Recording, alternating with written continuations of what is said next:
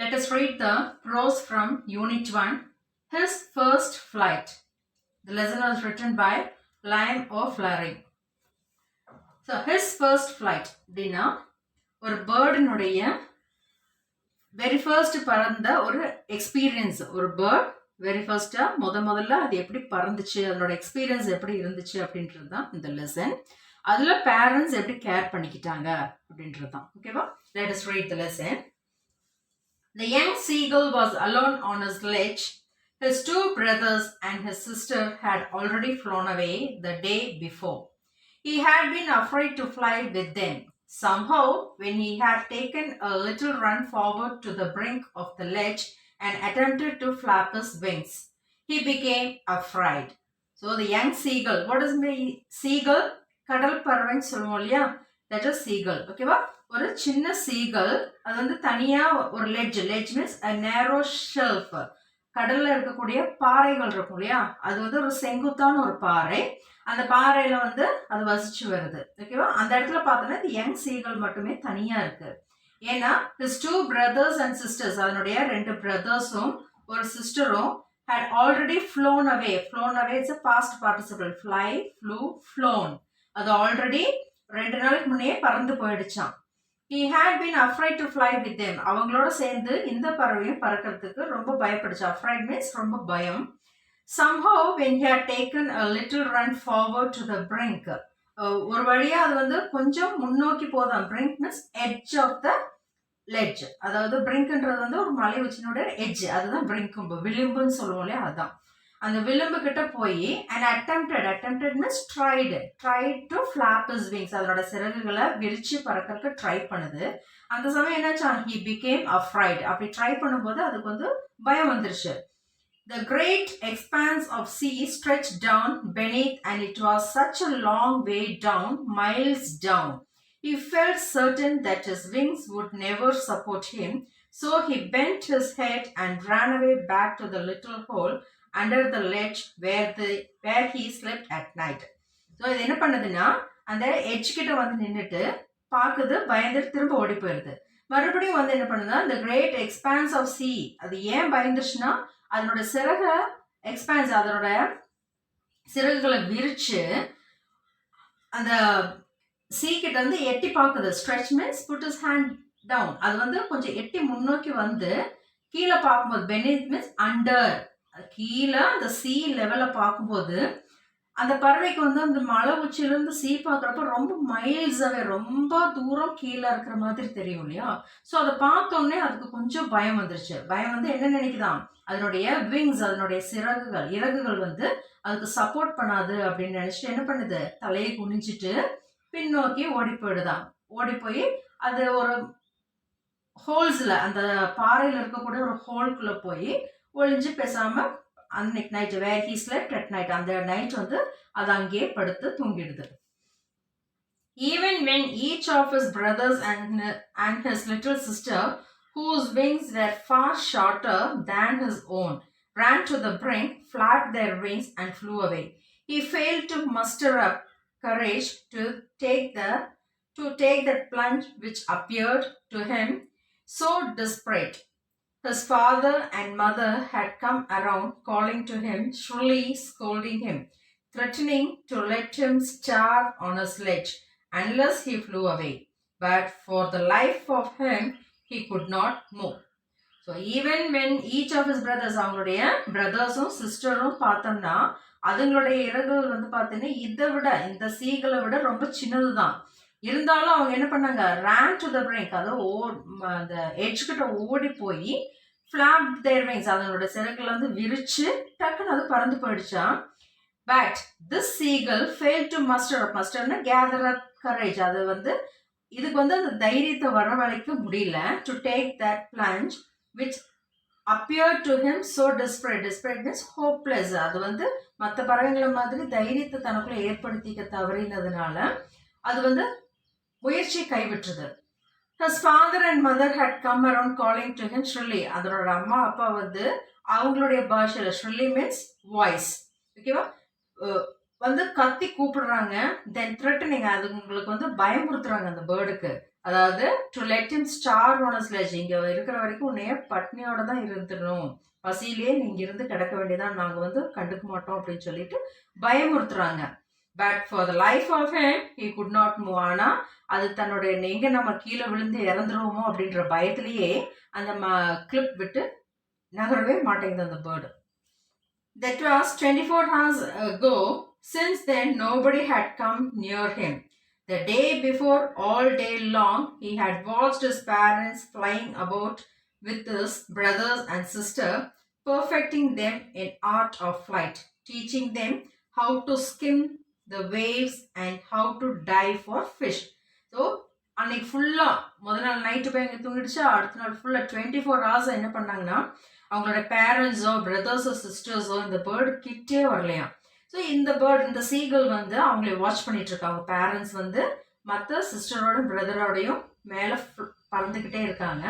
அந்த பேரண்ட்ஸ் அம்மா பேர்டும் அப்பா பேர்டும் என்ன பண்ணிதான் perfecting means teaching them the art of flight. அவங்களுக்கு வந்து அதுங்களை பாதுகாத்து அவங்களுக்கு வந்து அந்த டீச் பண்ணுறாங்க எப்படி பறக்கணும், மேலேருந்து எப்படி அந்த வேவ்ஸில் எப்படி சர்ஃப் பண்ணணும், then and how to dive for fish, எப்படி தன் இறைகளை பார்த்தோன்னே எப்படி போய் டக்குன்னு அதை பிடிச்சி எடுத்துகிட்டு வரணும் அப்படின்ற எல்லா கலையும் வந்து அந்த குட்டி பேர்ட்ஸுக்கு அம்மா அப்பா வந்து டீச் பண்ணிட்டு இருக்காங்க. அதே சமயம் அதைய ப்ரொடெக்ட் பண்ணிட்டும் இருக்காங்க. இது அத்தனையுமே வந்து அந்த சீகல் மேலேருந்து பார்த்துக்கிட்டே இருக்கு.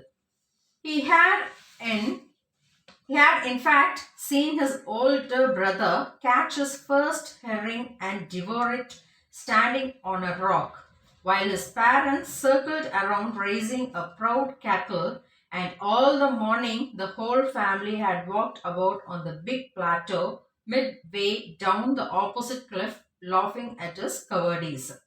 ஸோ அதே நேரத்தில் அதனுடைய ஒரு ஓல்டர் பிரதர், அதனுடைய அண்ணன் பிரதர் என்ன பண்ணுறாங்க, பேர்டு சீக்கிரமாக போய் ஒரு herring means it's a fish, it's a kind of fish, மத்தி மீனுன்னு சொல்லுவோம் இல்லையா, அந்த மீனை பிடிச்சிட்டு அந்த devour means eat something eagerly. நம்மளோட பிடிச்சிட்டோம், அப்புறம் நம்ம ஒரு விஷயத்த சாதிச்சிட்டோம்னா அந்த சமயம் நமக்கு ஒரு சந்தோஷம் இருக்கும் இல்லையா, அந்த சந்தோஷத்தோடைய ஒரு ஆர்வமாக அதை சாப்பிடுதோம் அவ்வளோ ஹாப்பியாக. So standing on rock while his parents, அதே சமயம் அதனோட பேரண்ட்ஸ் என்ன பண்ணிச்சான், circled around raising a proud cackle. அந்த சமயம் இது பிடிச்சு அதை சாப்பிட்றத பார்த்தோன்னா பேரண்ட்ஸ் பேர்டுக்கு வந்து ரொம்ப ஹாப்பி ஆயிடுது, பரவாயில்ல அப்படின்னு சொல்லிட்டு அதை அப்ரிஷியேட் பண்ணிட்டு அதை சுற்றி cackle means making a sound. And all the morning the whole family had walked about on the big plateau. அப்போ அந்த மார்னிங் ஃபுல்லாகவே இந்த ஃபேமிலி, இந்த 2 பிரதர்ஸ் அண்ட் சிஸ்டர் எல்லாரும் பேரண்ட்ஸ் எல்லாரும் என்ன பண்ணுறாங்கன்னா இந்த சீகல் இருக்கிற அந்த மலைக்கு நேர் ஆப்போசிட் இருக்கிற மலையிலேயே அந்த பிளாட்டோக்குள்ளே வாக் பண்ணிகிட்டே இருக்காங்க. அங்கே நடந்துக்கிட்டே இருக்கும்போது இந்த சீகல்ல வந்து கேலி பண்ணுறாங்க, உன்னுடைய கோழைத்தனத்தை, அந்த பேர்டு வந்து கோழையாக இருக்கிறதுனால இன்னும் பறக்காமலே இருக்கு. ஸோ அதனுடைய கோழைத்தனத்தை பார்த்து சிரித்து கேலி பண்ணி விளையாடிட்டு இருக்காங்க. The sun was now ascending the sky, blazing warmly on a sledge that faced the south. He felt the heat because he had not eaten since the previous nightfall. So, and the samyam, the sky was now ascending means it's coming up center of the sky. Ascending na கீழ இருந்து மேல் நோக்கி வர்றது இல்லையா. So around 12 o'clock போது அப்படியே ரொம்ப heat மேலே ஏறும் இல்லையா. இப்போ இந்த பேர்ட் வந்து அப்படியே டயர்டாக பிகாஸ் நைட்டு முந்தின நாள் நைட்டு தான் அது வந்து சாப்பிட்ருக்கு, அதுலேருந்து அதுக்கு எந்த உணவும் கிடையாது. Then he had found a dried piece of mackerel. அந்த சமயம் அந்த இடத்துல விட்டு போகும்ல, அதுங்கெல்லாம் மற்ற பேர்ட்ஸ் எல்லாம் சாப்பிட்டு மிச்சம் வச்சிருப்பாங்க இல்லையா, அந்த mackerel it's a kind of fish, வஞ்சர மீனுன்னு சொல்லுவோம் இல்லையா, அதனுடைய பீசஸ் மட்டும் இருக்கு, அதை மட்டுமே சாப்பிட்டுட்டு இருக்கான். மேக்ரல்ஸ் tail at the far end of a sledge. அந்த மலை, அந்த நேர ஷெல்ஃப், அந்த மலை உச்சினுடைய ஓரத்துல இந்த வஞ்சர மீனுடைய டெய்ல் பீஸ் இருக்கு, அதை மட்டுமே எடுத்து சாப்பிட்டுட்டு இருந்ததுதான். Now there was not a single scrap of food left. அதையும் சாப்பிட்டதுக்கு அப்புறம் ஒரு சின்ன துகள், உணவு துகள் கூட அங்க கிடையாது. He had searched every inch, rooting among the rough dirt cack straw nest where he and his brothers and sister had been hatched. So அது வந்து அந்த மலையை சுற்றி வருது, ஒரு உணவு துளி கூட கிடையாது.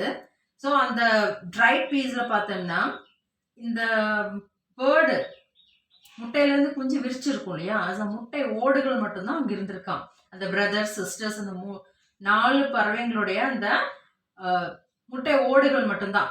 டர்ட் கேட் ஸ்ட்ரா நெஸ்ட், அதனுடைய முட்டை விரிஞ்ச ஓடு மட்டும்தான் அங்கே இருந்திருக்கு. So he even gnawed at the dried pieces of eggshell, அந்த எக்ஷல்லையுமே வந்து மெதுவாக கடிச்சு அதை அப்படியே அசை போட்டுட்டு. நாடு means bit bite or chews something repeatedly, அது சும்மா கொத்தி அசை போடுவாங்க இல்லையா, அதுதான் gnawed. Gnawed at the dried pieces of eggshell. It was like eating a part of himself. அப்போ அந்த முட்டையோடைய எக்ஷலவே சாப்பிட்றதுங்கிறது என்னது, நாமளே சாப்பிட்ற மாதிரி இல்லையா, அதுலேருந்து தான் அந்த பேர்ட் வெளியே வந்திருக்கு. ஸோ அதுவே சாப்பிட்றதுங்க வந்து ஒரு மாதிரி ஒரு அருவருப்பான ஒரு விஷயம் இல்லையா, அதை வந்து அந்த பேர்ட் பண்ணிட்டு இருந்துச்சான். He then trotted back and forth from one end of the ledge to the other, his long grey legs stepping daintily, trying to find some means of reaching his parents without having to fly. But on each side of him, the ledge entered in the sheer fall of precipice with the sea beneath, and between him and his parents there was a deep wide crack. So he trotted back and forth from one end of the ledge. அதாவது ஒரு end இருக்கும், அந்த இன்னொரு எண்டுக்கும் அந்த பறவை என்ன பண்ணுதான், ஓடிக்கிட்டே இருக்கு. trotted means to run at a moderate space, அதுக்கு இதுக்கும் ஓடிக்கிட்டே இருக்கு. with his long grey legs and stepping daintily means elegantly or attractively, trying to find some means of reaching his parents. எப்படியாச்சும் அந்த பேரண்ட்ஸ் கிட்ட போய் நம்ம ரீச் ஆக மாட்டோமா, பறக்காமலே நம்ம போய் ரீச் ஆக மாட்டோமான்னு சொல்லிட்டு அந்த லெட்ஜில் ஓடி பார்க்குது. But on the side of him the ledge ended in the sheer. ஆனால் வந்து நிற்கிறப்ப என்ன ஆகுதுன்னா, அந்த எட்ஜ் இருக்கு இல்லையா, அதனுடைய ஷியர் மீன்ஸ் ஸ்டீப் வெர்டிக்கல், ரொம்ப செங்குத்தா அந்த ஸ்டீப் அந்த கிளிஃப் இருக்கிறதுனால அங்கே ஓடி வந்து அந்த ஓரத்தில் நின்றுட்டு அந்த சீ பார்க்கும்போது அதுக்கு ஒரு பயம் வந்துடுது. ஸோ அந்த கடல் ஆழத்தை பார்க்கும்போது, சி பெனித்னா அந்த கடல் ஆழத்தை பார்க்கும்போது அதுக்கு ஒரு பயம் வந்துட்டு என்ன பண்ணிடுதான், மறுபடியும் பின்னோக்கி போயிடுது. அது எப்படியாச்சும் பேரண்ட்ஸ் கிட்ட ரீச் ஆக மாட்டோமா அப்படின்னு பார்க்குது. ஆனால் பேரண்ட்ஸுக்கு அதுக்கும் என்னது, there was a deep wide crack. இந்த பாறைக்கும் ஆப்போசிட் பாறைக்கும் பார்த்தோன்னா ரொம்ப டிஸ்டன்ஸ் இருக்கு, அது போய் ரீச் ஆக முடியல. அதனால surely he could reach them without flying if he could only move northwards along the cliff face. But then on what could he walk? There was no ledge and he was not a fly. And above him he could see nothing. The precipice was sheer and the top of it was perhaps further away than the sea beneath him. So the bird வந்து ஒரு நார்த்வர்ட்ஸ் move பண்ணினா மட்டுமே தான் அதனோட parents கிட்ட போய் reach ஆக முடியும் இல்லையா. So surely he could not reach them without flying, பறக்காம அதனால நார்த்வர்ட்ஸ் கிளிஃபை வந்து அடைய முடியாது. But then on what could he walk, there was no ledge. அது ரொம்ப தூரம் போனாலுமே அந்த லெட்ஜ் அந்த கிளிஃப் வந்து அதோட முடிஞ்சு போயிடுது, அந்த மலையினுடைய விளிம்பு வந்து அதனோட முடிஞ்சிருது. And he was not a fly, அது பறக்கவும் மாட்டேங்குது, அந்த லெட்ஜ்கிட்டே போய் நிற்கவும் செஞ்சுக்குது. And above him he could see nothing, அதுக்கு மேலே வேற யாரையுமே அதனால பார்க்க முடியாது. The precipice was sheer and the top of it was perhaps farther away than the sea beneath him. So இது வந்து மேலேயும் போக முடியாது பறந்து, கீழே sea beneath கடலாளத்தை பார்த்தாலும் அதுக்கு பயமா இருக்கு, பறக்கிறதுக்கும் அது ட்ரை பண்ண மாட்டேங்குது.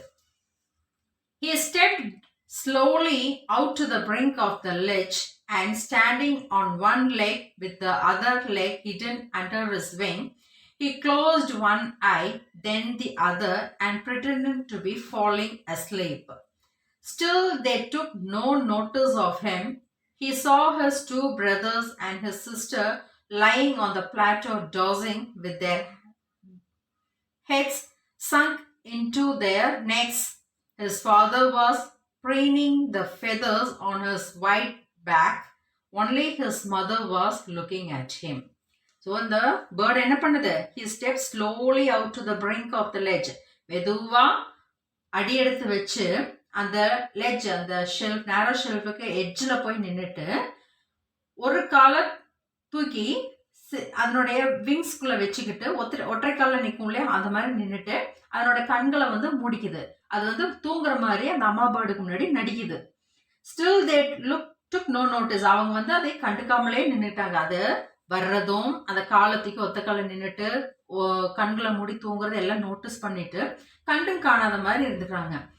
அதனுடைய பிரதர்ஸ் அண்ட் சிஸ்டர்ஸ் என்ன பண்றாங்க, lying on the plateau dozing. அவங்க வந்து இன்னொரு பாறை மேல வந்து விளையாண்டுட்டு இருக்காங்க. With their head sunk into their necks. அதனுடைய கழுத்துக்குள்ளார அதனுடைய பீக்ஸை வச்சுட்டு அவங்களும் அந்த ரெஸ்ட்ல இருக்கிற மாதிரி இருக்காங்க.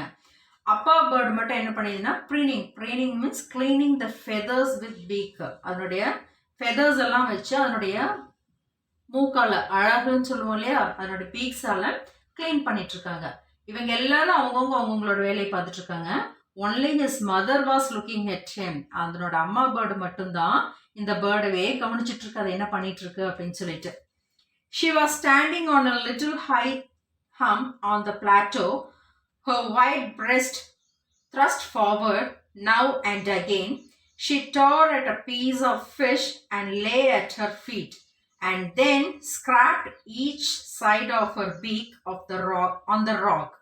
Then the bird என்ன பண்ணுது, அம்மா bird, she was standing on the little high hump. ஒரு இன்னொரு மலையினுடைய உச்சி பாகத்துல, அது செங்குத்த மலையும் போது ஒவ்வொரு கல்கள்லாம் இருக்கும் இல்லையா, அது இன்னொரு ஹம்ப் மேல ஒரு பிளாட்டோ மேல நின்றுட்டு அதனோட வைட் பிரெஸ்ட் த்ரஸ்ட் ஃபார்வர்டு, அதனுடைய உடலை மட்டுமே முன்னோக்கி கொண்டு வருது. அந்த பேர்டு கிட்ட எட்டுற மாதிரி ஒரு பீஸ் ஆஃப் ஃபிஷ் எடுத்துட்டு அந்த பேர்டு கிட்ட கிட்ட கொண்டு போய் அந்த உணவு காட்டுறாங்க.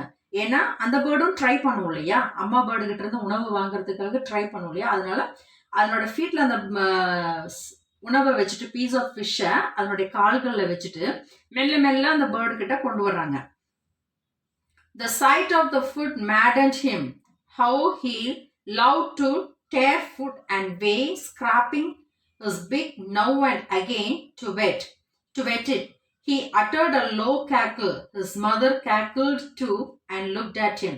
So already இந்த பேர்டு வந்து ரொம்ப பசியிலே இருக்கு இல்லையா, அந்த சாப்பாடை பார்த்தோன்னே அதுக்கு அப்படியே பைத்தியம் முடிச்ச மாதிரி ஆயிடுச்சு. சாப்பாடை பார்த்தோன்னே அதுக்கு புத்தியெல்லாம் மாறிடுது. அப்போ அது வந்து எப்படியாச்சும் அந்த உணவை வாங்கணும்னு சொல்லிட்டு scrapping is peak now and again. அப்படியே அந்த அம்மா பேர்டு இப்போ கொண்டு வந்து தருவாங்கன்னு சொல்லிட்டு அதனோட பீக்ஸை வந்து கீழே வச்சு ஸ்கிராப் பண்ணிட்டே இருக்கு. ஸ்கிராப்னா தேய்ச்சிக்கிட்டே இருக்கு. He uttered a low cackle. இந்த பேர்டு வந்து அம்மா கிட்ட அப்படியே மெதுவா அதனுடைய சவுண்டு கொடுக்குது. அம்மா பேர்டும் அதனுடைய பாஷையில சவுண்டு கொடுக்குறாங்க. ஸோ ரெண்டு பேர்ட்ஸும் சவுண்டு கொடுத்து he cried, begging her to bring him over some food. அந்த குட்டி பறவை வந்து அம்மா கிட்ட எப்படியாச்சும் இந்த ஃபுட்டை எனக்கு கொடுங்கன்னு சொல்லிட்டு அதனோட பாஷையில கத்துது. அதுவும் திரும்ப கத்தி she screamed back mockingly, but he kept calling plaintively. So அந்த அம்மாவும் என்ன பண்றாங்க, சத்தம் போட்டுட்டு screamedனா cried back mockingly. She screamed back mockingly means sarcastically. கேலி செய்யற மாதிரி. இந்த பறவை எப்படி, குட்டி பறவை எப்படி சத்தம் போடுதோ அதே மாதிரி அம்மா பறவையும் அதை கேலி செய்யற மாதிரி mockingly means sarcastically. கேலி செய்யற மாதிரி திரும்ப அந்த சவுண்ட் கொடுக்குது. But he kept calling plaintively. ஆனா அந்த குட்டி பறவை என்ன பண்ணுது, calling plaintively means sadly. அதுவும் தொடர்ந்து ரொம்ப கவலையா கூப்பிட்டுக்கிட்டே இருக்கு. And after a minute or so, he uttered a joyful scream. His mother had picked up a piece of fish and was flying across to him with it. அந்த ஒரு எண்டுல இருந்து இன்னொரு எண்டுல இருந்தானே அந்த அம்மா வந்து உணவு காமிச்சு ஆசை மூட்டுது. திடீர்னு அந்த பறவை வந்து ரொம்ப ஜாய்ஃபுல் ஸ்கிரீம், திடீர்னு ஒரு சந்தோஷமா ஒரு சவுண்டை கொடுக்குது. ஏன்னா அந்த அம்மா பேர்டு வந்து ஒரு பீஸ் ஆஃப் ஃபிஷ் எடுத்துட்டு அது பக்கத்திலேயே flying across to him, அது பக்கத்துல பறந்து வந்துட்டு இருக்கு. இதை பார்த்தோன்னே அதுக்கு ரொம்ப சந்தோஷமாயிருது. சரி அம்மா வந்து தனக்கு உணவு கொண்டு வர்றாங்க அப்படின்னு சொல்லிட்டு. He leaned out eagerly, tapping the rock with his feet and trying to get nearer to her as she flew across. அந்த அம்மா வந்து தனக்கு கொண்டு வர்றாங்கன்னு சொல்லிட்டு அந்த காலை அந்த எட்ஜில் நின்றுட்டு விளிம்புல நின்றுட்டு தட்டி இப்போ வந்துடும் சொல்லிட்டு ஈகரா அந்த வாங்குறதுக்காக ஆசையா அந்த பேர்டு நின்றுட்டே இருக்கு. அம்மாவும் கிட்ட பறந்து வந்துகிட்டே இருக்காங்க. So imagine that scene. ஓகேவா, நீங்க இமேஜின் பண்ணாதான் நீங்க அதை புரிஞ்சுக்க முடியும். அம்மா பறவை கிட்ட கொண்டு வந்துகிட்டே இருக்காங்க, இந்த பேர்டும் அம்மாவை நோக்கி போய்கிட்டே இருக்கு, அந்த எஜ்ஜில் தான் நிக்குதுன்றதே மறந்துடுது. But when she was just opposite to him, abreast of ledge, she halted, her legs hanging limp, her wings motionless, the piece of fish in her beak almost within reach of his beak. So இந்த bird அம்மா bird கொண்டு வந்துக்கிட்டே இருக்கு, இந்த குட்டி பேர்டும் பக்கத்துல வாங்குறதுக்காக போய்கிட்டே இருக்கு, அந்த விளிம்பை விட்டு வெளியே வந்துக்கிட்டே இருக்க அது மறந்து போயிருது, நம்ம அந்த இடத்த விட்டு நகர்ந்துட்டோன்னு. சடனா அதனுடைய பிரஸ்ட் அந்த விங்ஸ் என்ன ஆகுது, லைட்டா பறக்க ஆரம்பிக்குது. He waited a moment in surprise, wondering why she did not come nearer, and then maddened by hunger, he dived at the fish. So with a loud scream, he fell outwards and downwards into space.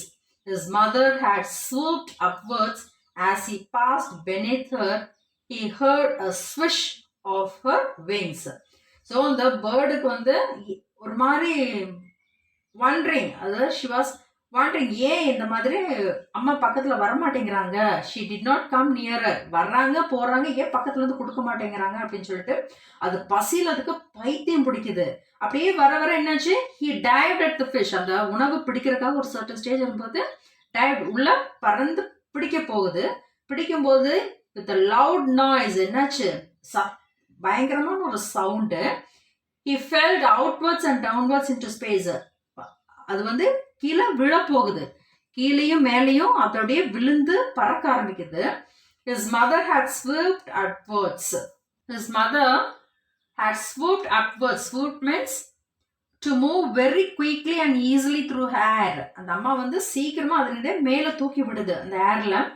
as he passed beneath her, அவ கீழே விழுகிறதுக்குள்ள இந்த அம்மா bird வந்து சீக்கிரமா அதை தூக்கி விடுறப்ப he heard a swish of her wings. அந்த wings வந்து அந்த ஏர்ல பட்டு அது சிறகு பறக்கும் போது ஒரு லைட்டா ஒரு சவுண்ட் வரலையா, ஸ்விஷ்னு அந்த சவுண்ட் அது கேக்குது.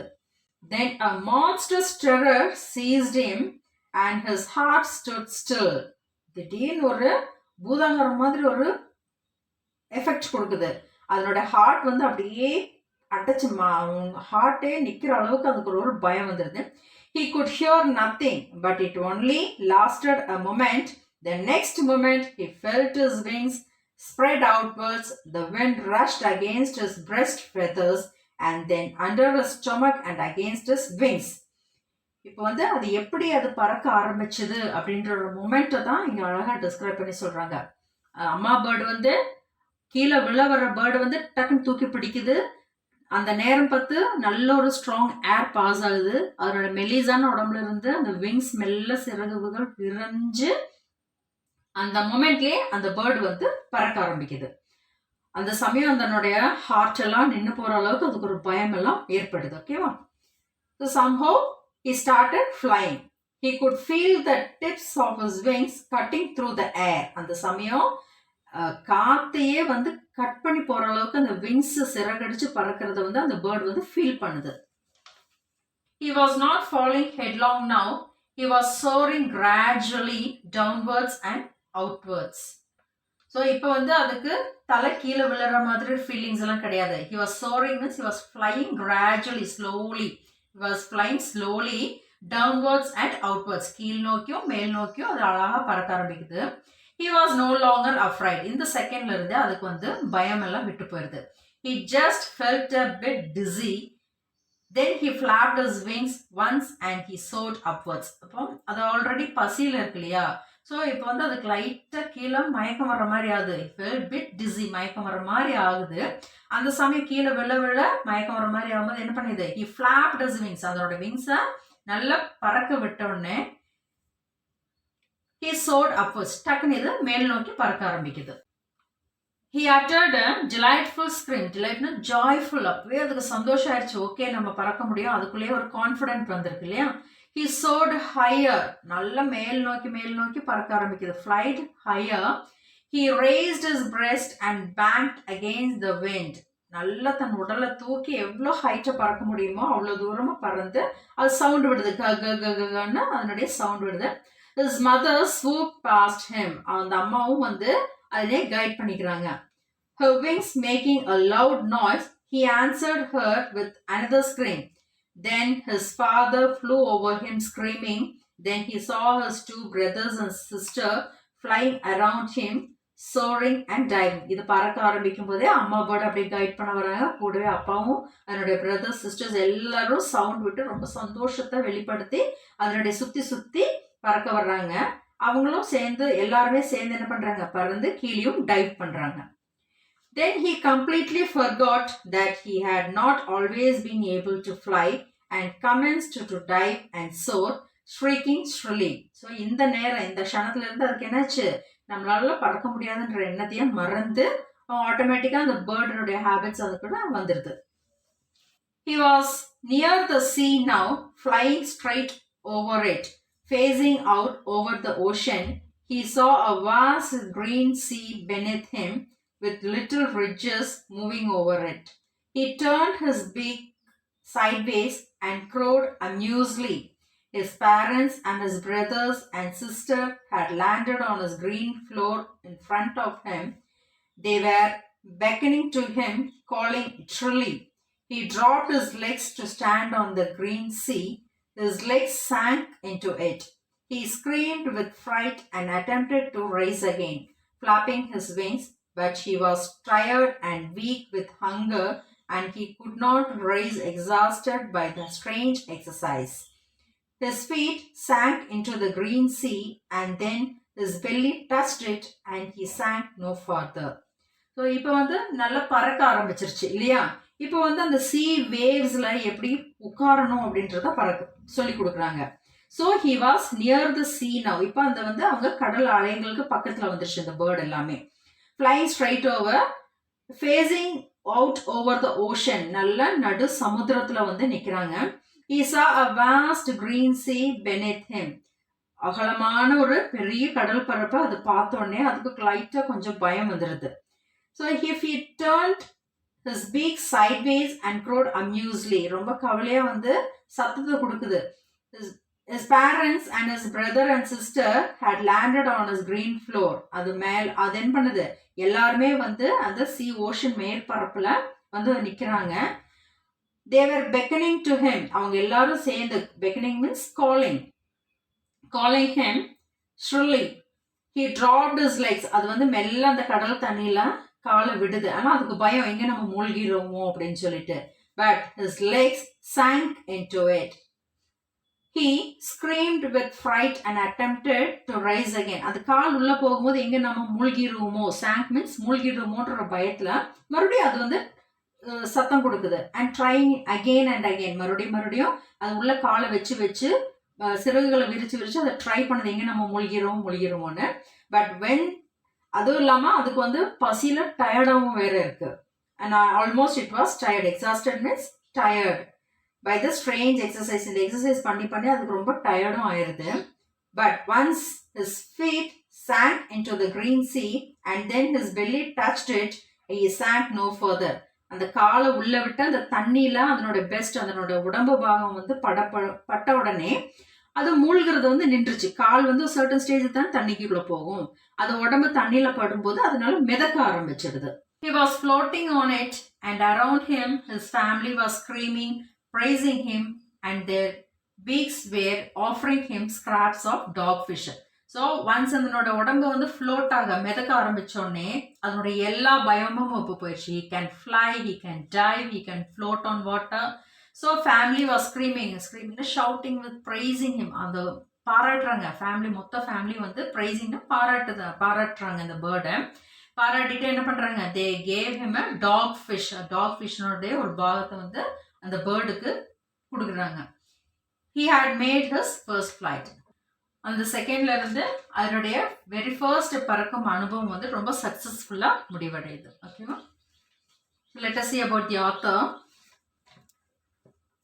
Lamb of Flary was the author of this lesson. He was born on 1896 and died on 1984. He was an Irish novelist and a short story writer and a major figure in the Irish literary Renaissance. He was a founding member of the Communist Party in Ireland. A native Irish speaker from the Gaeltacht O'Flaherty wrote almost exclusively means பிரத்யேகமா அவங்க வந்து இங்கிலீஷ்ல தான் நிறைய novels எழுதியிருக்காங்க except for a small number of short stories in Irish language. ஒரு சில short stories மட்டும்தான் Irish லாங்குவேஜில் எழுதினாங்க. மீதமில்ல எல்லாமே பார்த்தீங்கன்னா அவர் வந்து இங்கிலீஷுக்கு தான் முக்கியத்துவம் கொடுத்துருக்காரு. He spent most of his time in traveling and lived comfortably and quietly outside the spotlight. Let us see the glossary. Ledge, a narrow shelf that juts out from the vertical surface. Shrilly, producing a high pitch and piercing voice or sound. Herring, a long silver fish that swims in large groups in the sea. I told you, the matti meenu solluvola adha.